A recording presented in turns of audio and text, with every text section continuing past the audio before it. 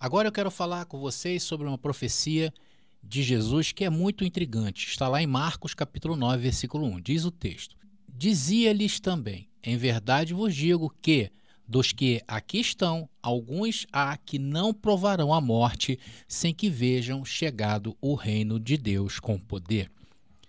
Jesus literalmente diz que alguns dos que estavam ouvindo ele naquele momento não provariam a morte até que vejam o reino de Deus vindo com poder, uma clara alusão à sua segunda vinda. Essa profecia tem sido interpretada de várias maneiras e possivelmente existem três explicações plausíveis e lógicas para ela. A primeira é totalmente descartada, que é essas pessoas ainda estariam vivas em algum lugar do mundo. A segunda interpretação é que essas pessoas morreram, mas viram o reino de Deus vindo com poder de alguma forma. E a terceira diz que Jesus estava usando uma figura de linguagem. A primeira interpretação chega a ser um absurdo, ainda mais quando olhamos as doutrinas futuristas sobre a vinda de Jesus, não é verdade? Mas para quem ainda espera essa vinda, terão de dar conta dessas pessoas para Jesus não passar por mentiroso. Bom, a segunda explicação é a mais plausível possível, pois indica que essas pessoas estão mortas, porém viram a vinda de Jesus com poder e glória. E esta explicação é a que nós temos apoiado a ideia da vinda de Jesus. E a terceira interpretação é defendida pelos nossos irmãos do cristianismo tradicional. Bom, eliminando a primeira interpretação, porque os seres humanos não vivem 2000 anos, não é verdade, irmãos? Isso é um fato científico que não pode ser negado. Então ficam a segunda e a terceira possível interpretação. E vamos analisá-las segundo a Bíblia.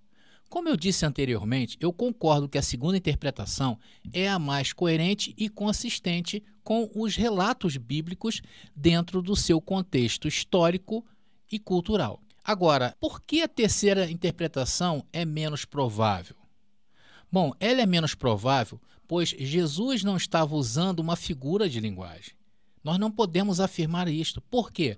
Por causa do contexto do capítulo 8 de Marcos e a sequência do capítulo 9 de Marcos. Em Marcos capítulo 8, Jesus diz aos seus discípulos que eles devem estar preparados para enfrentar a perseguição e a morte.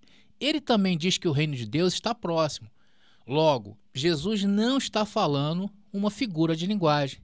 E lembrando que Marcos capítulo 8, irmãos, mais uma vez, é o contexto temporal do capítulo 9.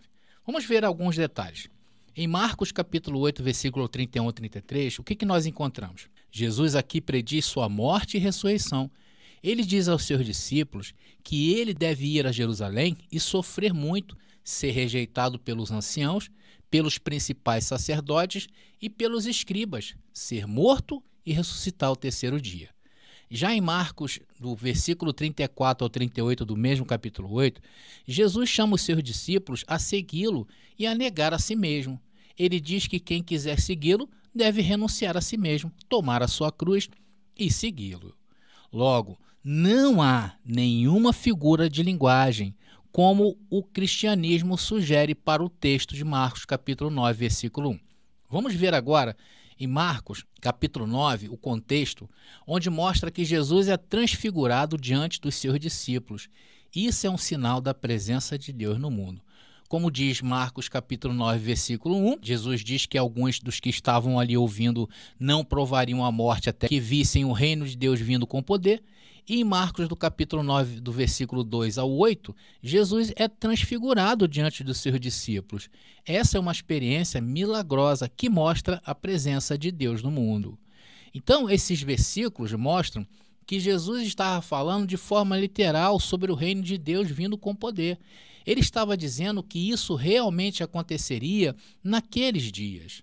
Além disso, o contexto de Marcos, capítulo 9, sugere que Jesus estava falando sobre um grupo específico de pessoas, como os apóstolos ou os primeiros discípulos. Vamos mostrar a vocês agora outras evidências que apoiam a interpretação de que Jesus não estava usando uma figura de linguagem. Olha, Jesus era conhecido por seu uso de linguagem clara e concisa. Jesus era claro no que ele queria dizer. Jesus não tinha motivos, por exemplo, para enganar seus discípulos, a dizer-lhes que alguns daqueles ali estariam vivos quando ele voltasse, se sua vinda fosse para os dias de hoje, para o futuro. E logo após isto, a terceira evidência é que houve a transfiguração. E que neste caso fica mais difícil ainda de linkar com os dias de hoje, porque não existe nenhuma conexão entre eles. Com tudo isto, é mais provável que Jesus estivesse falando sobre um grupo específico de pessoas, como os apóstolos ou os primeiros discípulos, e que essas pessoas morreram, mas elas testemunharam o reino de Deus vindo com poder de alguma forma, e é possível que alguns que ouviram Jesus falar pudesse estar vivo após o ano 70, onde viram a entrada do reino de Deus no mundo com poder e autoridade. Bom, a conclusão que eu chego é que essa profecia é um lembrete de que o reino de Deus é algo real e poderoso. Ele não é apenas um futuro distante, como prega o cristianismo tradicional, mas algo que está acontecendo no mundo agora, principalmente dentro daqueles que creem nessa perspectiva de interpretação bíblica. E para você aí, meu irmão, qual das 3 possíveis interpretações você acha que é a certa? Deixem aí nos comentários.